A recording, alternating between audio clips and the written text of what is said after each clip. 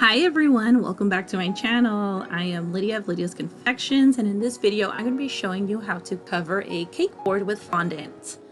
Some of the things you will need are a cake drum, obviously, the star of the show. Some shortening. I used the brand Crisco and I just emptied it out into this little container just to separate it from my cooking shortening. A mini spatula, and you don't really need one, you can just use your hands. A crafting knife. I use X-Acto. A fondant smoother. A fondant roller. And fondant. Also optional, some ribbon and glue gun. I will show you in the end. Oh, and also cornstarch. And now this I use to make my surface not so sticky, and I am going to be rolling this fondant over my silicone mat. You guys don't have to have a silicone mat, it's just my preference. I don't like rolling on the table, so yeah. Now this is what I mean, like I didn't have to use all that much. That's kind of a lot. Start with a little bit, but yeah, this is what I mean by you don't need a mini spatula. You can just use your hands. Now you're just gonna get that all over your board, and this is gonna be your adhesive for the fondant. And now I'm going over on the sides to just wipe it down. I don't want my sides greasy, and I mean, I recommend y'all do this too. Also, since I'm going to be adding the ribbon on the side, you'll see in the end, yeah, I don't want it that greasy. All right, now go ahead and knead your fondant.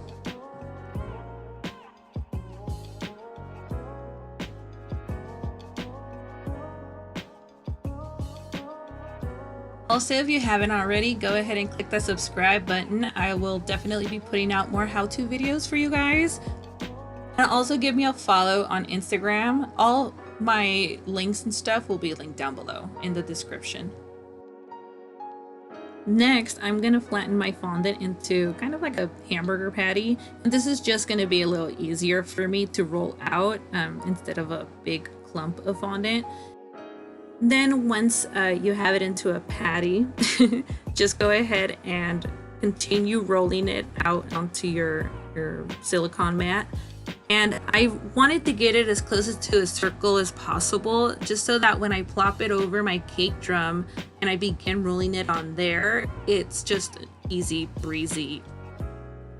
By the way, you don't want to roll it out too thin before you put it onto the board, because you're going to be finishing it off on the board like so. All right, so I go ahead and roll it, and you can also use a small roller. However, you got to be sure that you get every edge of the board even, and since I have a large roller, this allows me to just go evenly all in one. So go ahead and roll it out, and I kind of roll this pretty thin, kind of like how I would on my fondant cakes. I hope y'all aren't rolling out your fondant super thick for your client to just chew on marshmallow. Please roll it out appropriately. All right, so next go in with your fondant smoother and just, you know, get rid of those little bubbles you may have. I didn't have that many, so I'm gonna proceed to trimming the sides. As you guys can see, I am smoothing out my edges, and I took off my gloves and I washed my hands just because I want to be able to smooth out the edges a lot better than I did with the gloves on. I'm just slowly trimming down the sides just so that I don't snag the fondant against the board. And you guys see right there. Go ahead and continue trimming the fondant as close to the board as possible. Making sure that you're not doing it kind of slanty so your edges doesn't look slanted and it looks more cohesive to the side. I hope I'm making sense. And just trim away. And I like to trim and smooth my edges as I go, just so that the fondant doesn't dry on the edge. All right, so it may look like I'm hacking into the fondant, but I promise you I am not. I'm just, gently giving it a push. But if you guys are having problems with getting a clean cut, I do recommend cleaning off your blade every once in a while, just to keep it clean and keep it cute. So I use the fondant smoother so that, I can stretch it out a little more closer to the edge, and I can trim out that excess, thickness of the fondant. Also, guys, make sure that you guys are rolling out your fondant, as thin as possible, but not like, super thin, just because you don't want your board to weigh so much. Again, this is going on the bottom of the cake, and then once the cake is going on top, that's just gonna add on so much unnecessary weight. Not only that, fondant costs money, fondant is money. All right, so right here I am smoothing the fondant, but I'm also kind of pushing it towards the edge of the board. I want to cover as much white as possible just so it doesn't appear on a bird's eye view. Not only that, once I finish with this board, with ribbon and all, you'll see how unison it all looks, just all black, no white exposed, and it just makes for a better presentation.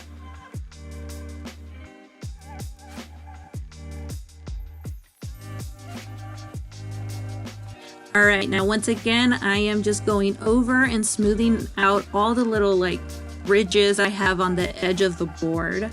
And if you're not gonna go with a ribbon, again, like you'll see in the end of this video, but if you're not gonna go with the ribbon, then I just gotta tell you, you have to be super perfectionist, super tedious on how you finish and smooth off your edges. That's all I'm gonna say. Because if you have fondant hanging off on the side, I'm gonna tell you, it's gonna look messy AF. And you don't want your client to think that you're a messy AF person. You know what I'm saying? So you really have to be patient. This isn't no fast job. You can do it fast, but it's gonna look messy. And your client is not gonna like that. So yeah, you gotta have a lot of patience. You have to just be very, tedious and almost borderline perfectionist when you do this, because I'm telling you, it makes the cake. So I'm just going over it and making sure that the fondant is up to the edge and making sure I don't have any white exposing.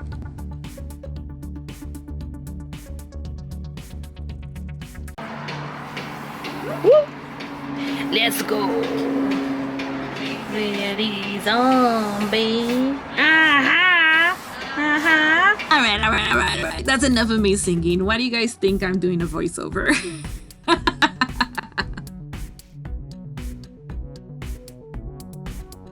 Now I have my board all fondanted. I'm gonna put everything away, put that fondant away so it doesn't dry. Then I'm gonna go ahead and plug in my glue gun. Now this glue gun I got at Joann's, I believe, but you can find a glue gun anywhere, y'all. And there is no excuse for you guys to not have a glue gun. Everyone should have a glue gun. Everyone should have a glue gun. But for real though. All right, so then I'm gonna glue just right there, like where I pointed at. Now the type of ribbon I'm going to be using is called a cross grain ribbon. It has ridges on it, and it's not like those flimsy satin ones that you always get in your 12 pack of cake drums. Y'all know what I'm talking about.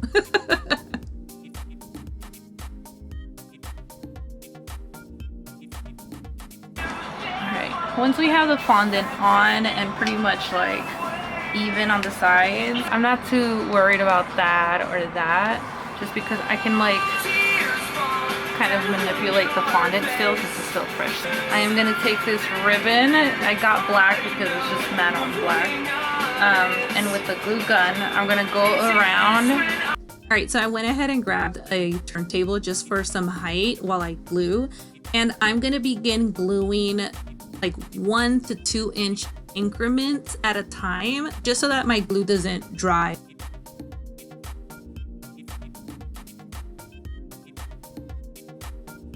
All right, and something that you definitely want to be careful about is placing your hand or your fingers on top of the fondant part of the board. You'll see in a minute, like I press down on it and then I go over it with my fondant smoother.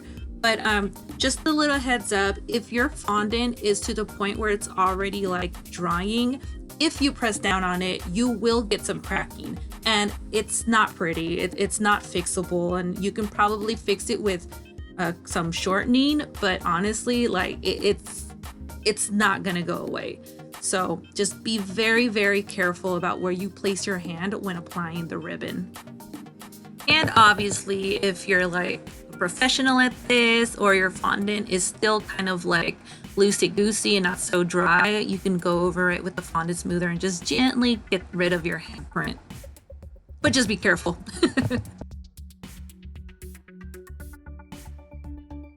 All right, as you can see right here, I have my hand on the opposite end, and I'm kind of pushing it against my other hand that's holding on to the glue side.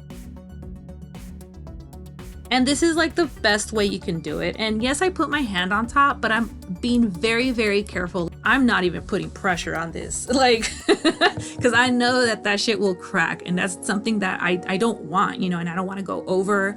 I don't want to try to fondant smooth it, you know, so.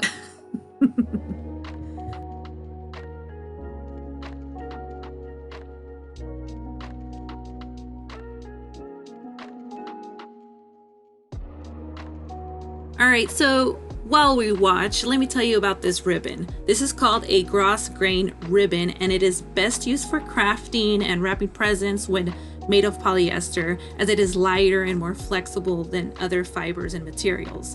In terms of crafting, gross grain from any material is popular for making hair bows, wrapping presents, embellishing clothes, and much more.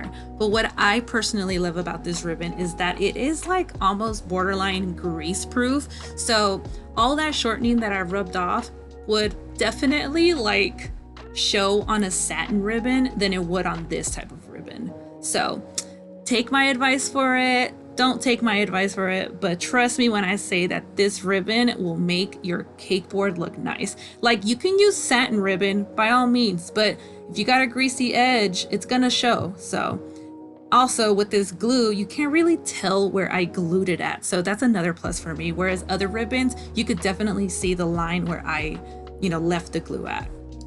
All right, so now for this part, I'm just gonna make a little flap, put a little dot like you guys saw there. And then I have like a lot left over that goes over from where I started. Go ahead and glue that on top.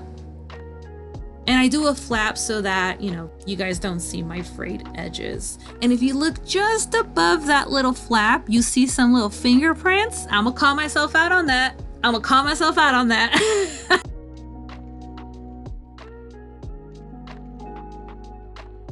Look at me pressing on that damn board. After telling you guys to be careful. Look at me, y'all. I go in with this fondant smoother, so don't at me. But all right, there she is. Ugh, look how stunning she looks. Yes, queen. Look at her. Look at her. This concludes this video. I really hope that this helped you guys. If you guys have any more questions, don't hesitate to ask. I will try my best to answer them. But you guys can find me on all my socials. They'll be linked down below. Thanks again for watching. You guys have no idea. I can't believe I made it to like over 100 subscribers. I don't even know how many I have at this point, but thank you guys for sticking around. I'm gonna come through with these how-tos, and just let me know what you guys want to watch. And yeah, I'll try my best to accommodate. All right, see you later. Bye.